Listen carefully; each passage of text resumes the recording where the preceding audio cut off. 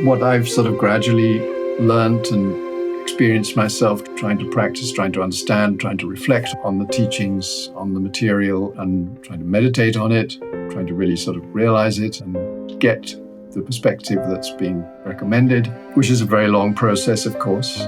On In Good Faith, we believe that all faith traditions have something to teach us about how God is working in the world and in our lives. So join us as we listen and learn and discover how speaking with people of other faiths can strengthen our own faith and even our own practice. Today on In Good Faith, we continue a mini-series we're doing on translation of holy texts. I'm here with senior producer Heather Bigley. Hello. And we've heard previously from Tremper Longman, a senior translator of the New Living Translation, and John Ross, executive director of the St. John's Bible Heritage Program in Collegeville, Minnesota. And upcoming, we'll hear from Alan Christensen, translator of the ancient Mayan text, the Popol Vuh, or if we can try and say it, how the Popol Vuh. We'll learn together. Yes. But today we're hearing an interview with John Canti. And Heather, what's his connection with translation? So John Canti actually translates Buddhist texts out of the Tibetan canon. And that's a whole bunch of different moving parts that he'll explain to us. He's been translating for most of his life, even though he went to college and even practiced as a medical doctor for a while. So parents, they can do both things, both their passion and the smart thing. He's a founding member of what's called the Padmakara Translation Group, a Tasadra Foundation Fellow from 2001 to 2012, and was awarded the 2016 Hiensei Foundation Fellowship. In 2009, he was appointed editorial chair of www.84000.co, which is a translation and publication venue for the Tibetan Buddhist canon, and he became senior editor in 2023. So he's going to explain what that 84,000 number means to us right now.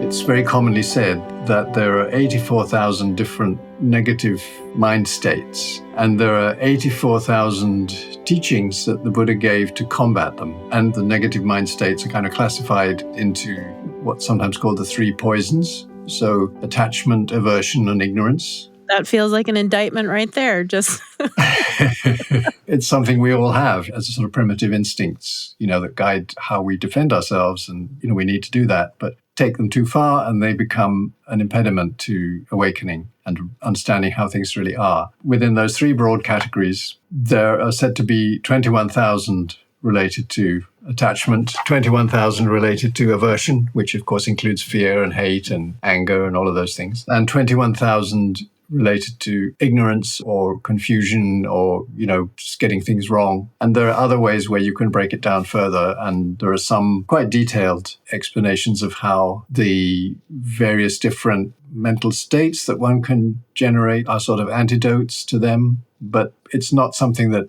actually anybody sits down to count. But at the same time, it seems, in fact, there's a pragmatism to it, right? This is one of the things that first really attracted me to Buddhist study. I was brought up as a Christian in the, British Anglican Church. I found the difficulty was about belief. You either had it or you didn't. You believed in God or you didn't. And when I first came across Buddhists of different traditions, I very much got the impression this is practical, something you do. It's like growing a crop or cooking. There's a recipe. You sit down and first you do this, and then you do that, and then you do this. And then when you got to that point, you do something else. It's very, pragmatic. And building of skill and an investment that pays, dividends, especially if you think of things like breathing exercises or stilling your mind. The more you do, the better you become, the more effective it is, right? That kind of thing is incredibly reassuring and helpful. Yes. Almost anybody can start somewhere and start to look inwards at the mind a bit. And if you can't do that, then you can start by trying to at least sit still and, or if you can't do that, at least you can breathe, because we can all do that. So there's lots of ways in. And I found that very, I suppose, reassuring, but also very, gave an easy way in. And I never looked back, actually. I think for our listeners, they're never going to have heard before, most of them probably, of the Kangyur and Tengyur. And so if you could explain what that is, and even a basic thing like what language is that written in? What languages did you have to learn in order to translate them? Yes, absolutely. And to sort of answer your question on the basics, the Buddhist canon, there's not one single canon of all the texts. So we have the sort of essential Buddhist texts, which are said to be the words of the Buddha in several different languages. And there's the Pali canon, which is very well known and was the first one that Westerners explored and came into contact with. That's in the language Pali, which is an Indic language, said to be sometimes a Prakrit, which is a more widely used version of Sanskrit, which is a kind of classical Indian language, a bit like, Latin or Greek, and was the language of learning. Pali was more of a sort of spoken language. Then we have the text in Sanskrit itself, when they became to be written down and made into slightly more classical literature. And then there were the canons that came from the translations. And so the first language that these Indian scriptures were translated into was Chinese, probably starting from the 1st century AD. And then considerably later, really only starting in the 7th, 8th centuries, texts began to be translated from these Indian languages into Tibetan. And, Tibet is not very far from the northern Indian centers of learning. And especially in that time, there were these great Buddhist universities in northern India, Nalanda, Vikramashila, and Odantapuri, in the sort of area that we now call Bihar and all along the Ganges Valley, really. And Tibet is just over the mountains, but of course there is a big geographical barrier. But what was happening is that Tibetans were somehow getting interested in Buddhism, and with the support of their emperor, who was very powerful at the time, he began to come and study in India. The Tibetan translations came later, between the 7th and perhaps the early 9th century, where there was a huge sort of nationally sponsored project to translate all the available scriptures from Sanskrit into Tibetan. And then soon after that, you get a lot of change going on in India, and perhaps especially the arrival of the Mughals and the Muslim invaders and Turkic peoples coming down from the northwest. Sometimes it's said that they sort of destroyed Buddhism and a lot of the monasteries. It may be that there was more going on than that. Buddhism was perhaps losing the all-important sponsorship that was necessary to maintain large monastic institutions and so forth. But Buddhism almost disappeared from India from about the 12th, 13th centuries.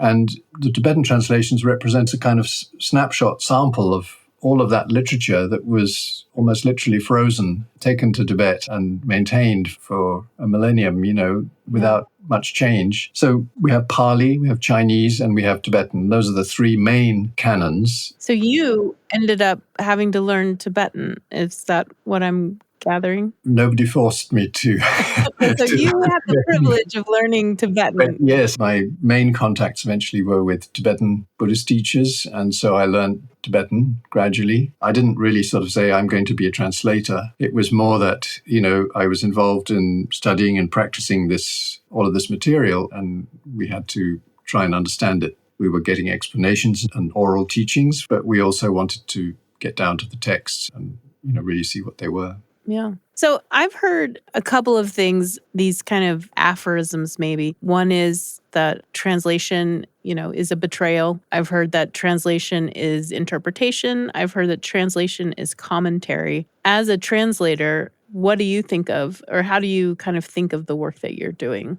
I and most translators I know, we always feel a little bit uncomfortable and inadequate, because these texts are very detailed in many cases and very profound. And you've always got the idea that somehow by putting them into English, something might be missing. You might not have really understood, or you might not be able to convey in English some of the ideas that are being expressed. There's, of course, a big problem of terminology, because our vocabulary in English for some of these subtle states of mind and perception and so forth are not necessarily easy to translate. And, how do you make the difference between one term and another, even if you know that in Tibetan or in Sanskrit they have quite distinct meanings? I think it's been very encouraging for us all just to study what, Western academics have made of translation theory. which is the idea that actually any translation is a new creation. So on the one hand, that is a little bit more comfortable, but on the other hand, gives you more responsibility. And obviously the whole art of kind of translation that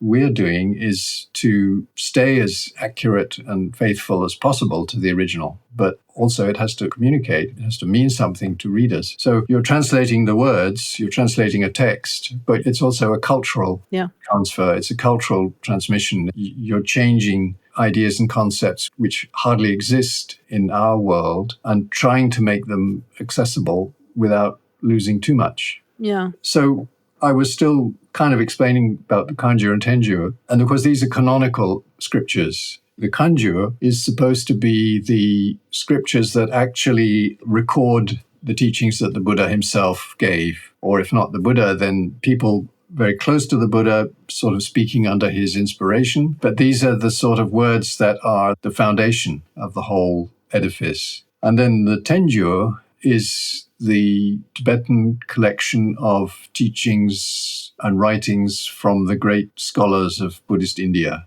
who are held in very high esteem and who wrote these extraordinary works on all kinds of topics, but mainly, on how to interpret the Buddha's teachings. So these are two very big collections. The Kanjur is 102, 103 volumes, depending on the version. There are several different Kanjurs, and the Tenjur is about twice as big, so a bit more than 200 volumes. So we're talking about, 300 massive books, which are in the form of, because they were printed using planks of wood, basically with the writing carved on them. So they're kind of long things the shape of a plank of wood, printed on both sides. And I guess in one of those Kanjur volumes, you could get, if you look at a sort of average Western-style paperback, you could get maybe 20 books out of one volume. It seems like that would make it eternal, right? Like it's not going anywhere. The ink is not going to fade on that, right? Because it's carved into the wood. The printing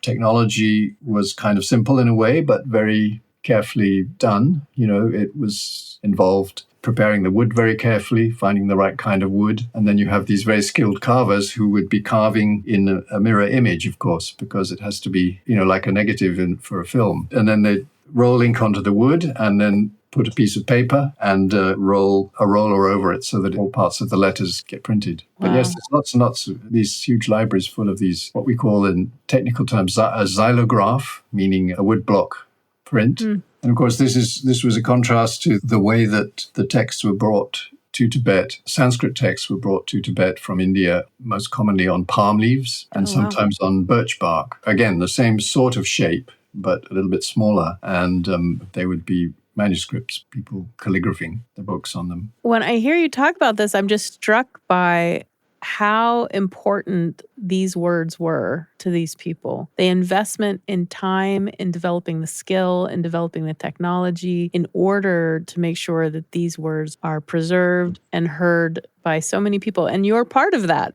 Your translation efforts is, generations later, centuries later, is part of that intense reverence for these sacred texts. Yes, well, it's a kind of continuation of the same thing. Of course, we have our modern technologies, which make things a lot easier. God bless Gutenberg. But yes, these being the canonical texts, they were held with huge reverence. There's this whole idea in transmission that there's a whole ethics of transmission. So if you're talking about the Kanjur or even the Tenjur, these are works that were very carefully translated from Sanskrit into Tibetan. The whole idea going all the way back to the Buddha himself was that nobody would dream of putting their own thoughts in. You have to understand as best you can, you have to transmit it, but you stick to what was there and you make sure that is what gets handed on to the next generation. Another thing I should perhaps mention, of course, is that all of this literature was, for several centuries after the Buddha's lifetime, was oral. And people would be trained to be reciters, and they would learn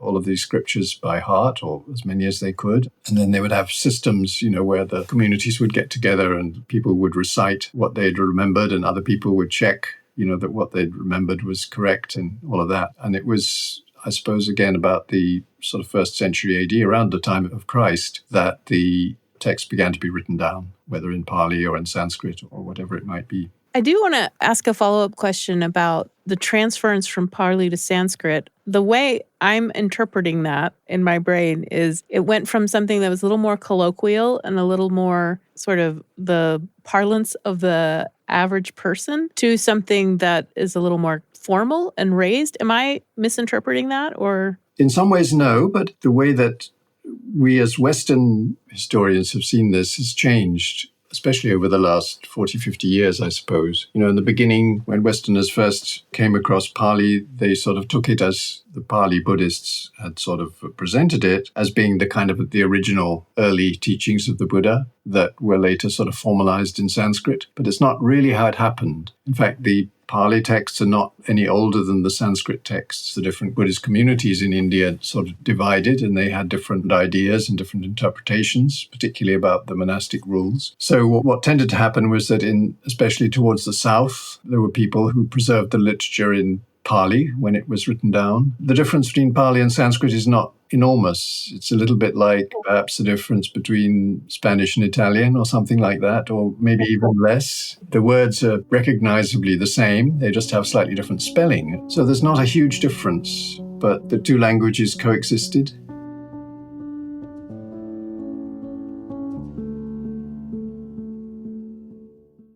Hi, I'm Stephen Kapp Perry, host of In Good Faith. In our BYU Radio family of podcasts, I've got to tell you about an award-winning podcast called Constant Wonder. Are you ready to immerse yourself in the awe-inspiring world of nature?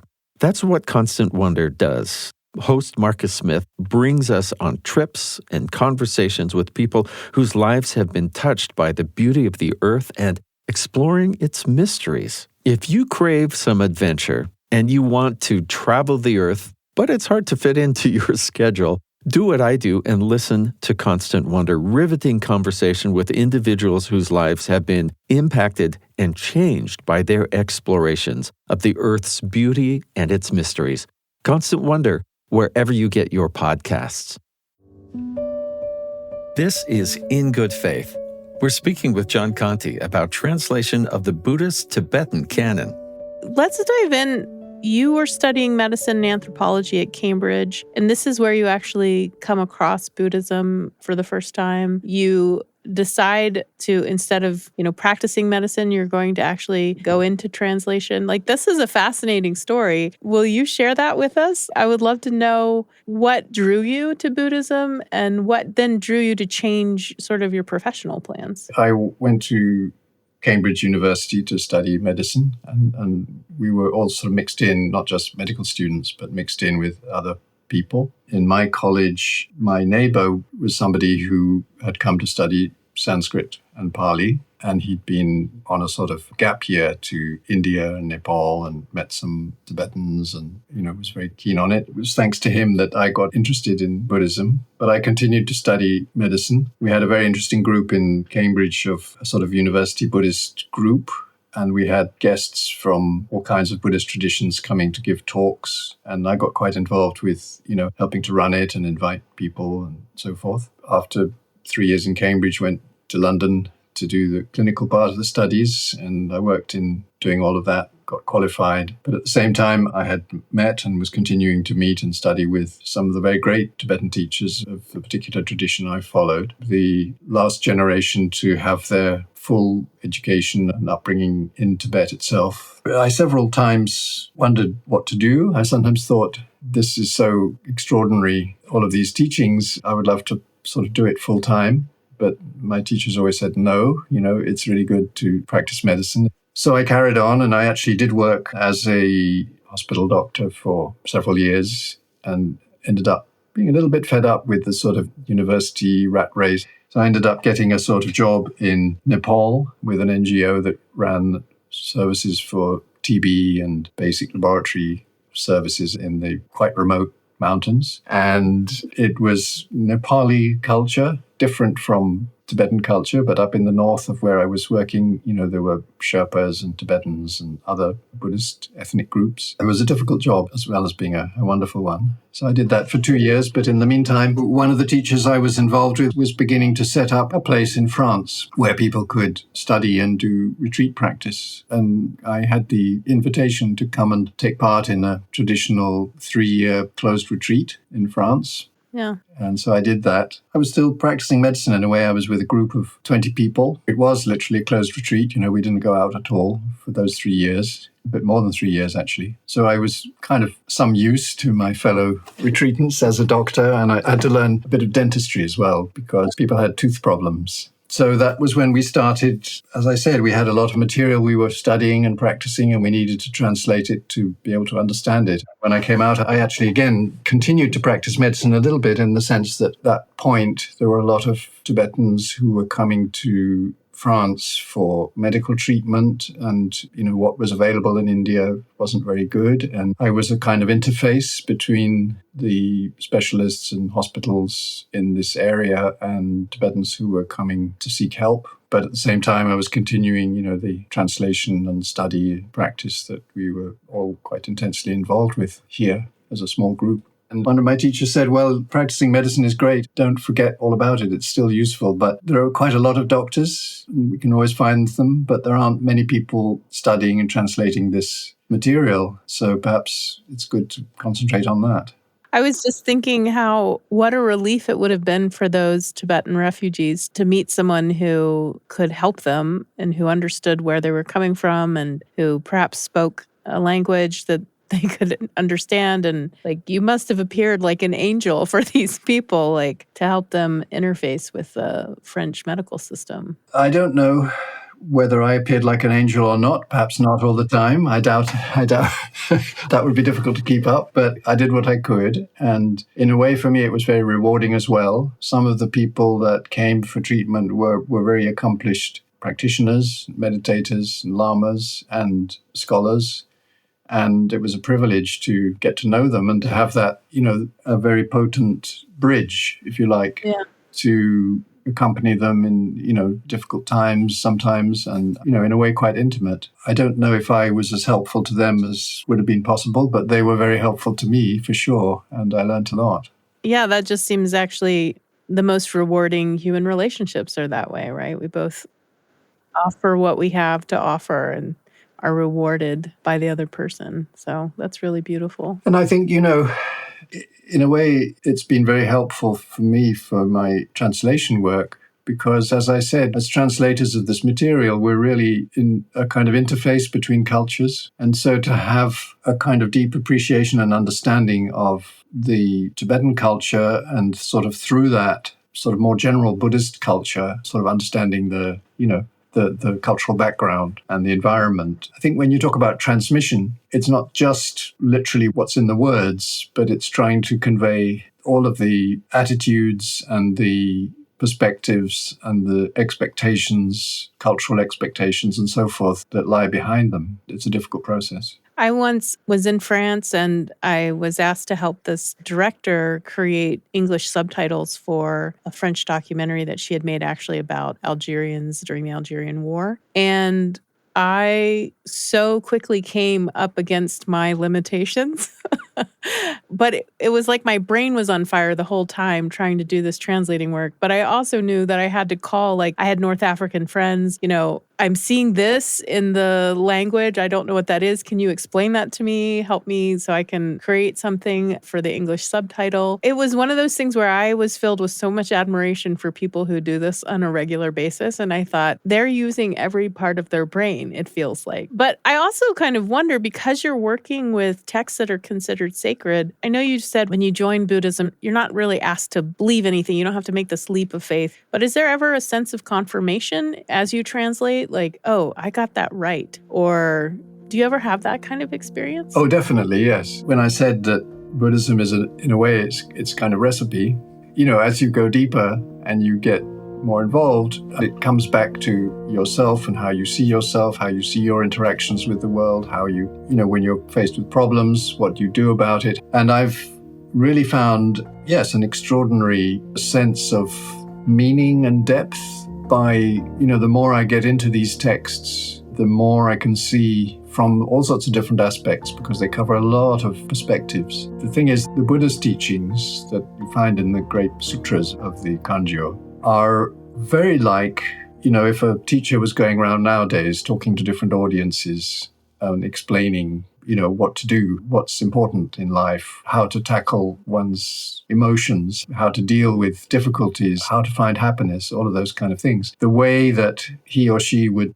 talk to different audiences would be very different, and different things would come up. And a lot of the sutras actually record dialogue. The question, people come to the Buddha and they question him. So the Buddha replies to individuals, very often, or he's teaching to a particular group for a particular reason in a particular circumstance, all of which are recorded. Some of the things he says might not be particularly directed at me, or they might be, or they might be directed to people I know, or not particularly, and that makes a lot of richness, actually, because, everybody finds what seems to resonate for them. There are these different traditions and there are these different philosophical interpretations and different ways of approaching the practice. And I find getting to see a very full range of these teachings has been really, really interesting. Is there a passage that you could share with us that has meant a lot to you or has been especially provocative for you? There are many, of course, but what I'm working on at the moment is this very, very interesting chapter of a big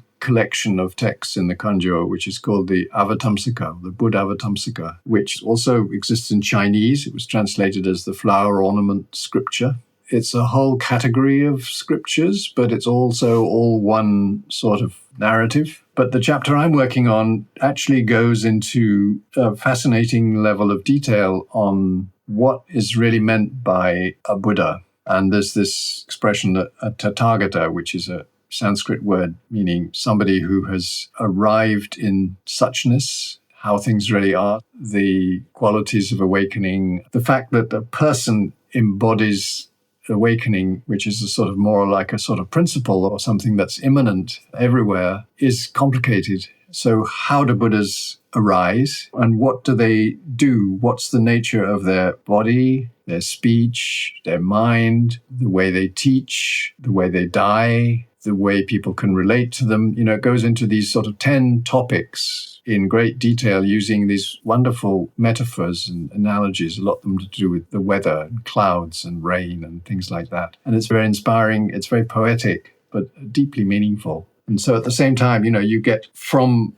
what I've sort of gradually learned and experienced myself, trying to practice, trying to understand, trying to reflect on the teachings, on the material, and trying to meditate on it, trying to really sort of realize it and get the perspective that's being recommended, which is a very long process, of course. And I find it very extraordinary to have been exposed to all of this in the Buddha's teachings that have echoes in many of the things that I've been taught or heard about, but give more detail and more confirmation, if you like. Many thanks to John Canti for speaking with us. This episode was produced by James Sturdivant. Our production team also includes Aaliyah Alexander, Heidi Hansen, and Ocean Marshall. Our post-production sound designers are Mark Hansen, Lauren Sandberg, and DJ Crow Marty. In Good Faith is committed to the idea that we all benefit from hearing people of widely varying backgrounds share their personal experience with faith and belief. In fact, we think people with such experience deserve some of our best listening. Find us on Instagram and Facebook at In Good Faith Podcast. Also, subscribe to our YouTube channel for extended interviews. In Good Faith is a production of BYU Radio. I'm Stephen Cap Perry. I hope you join me again soon, right here in Good Faith.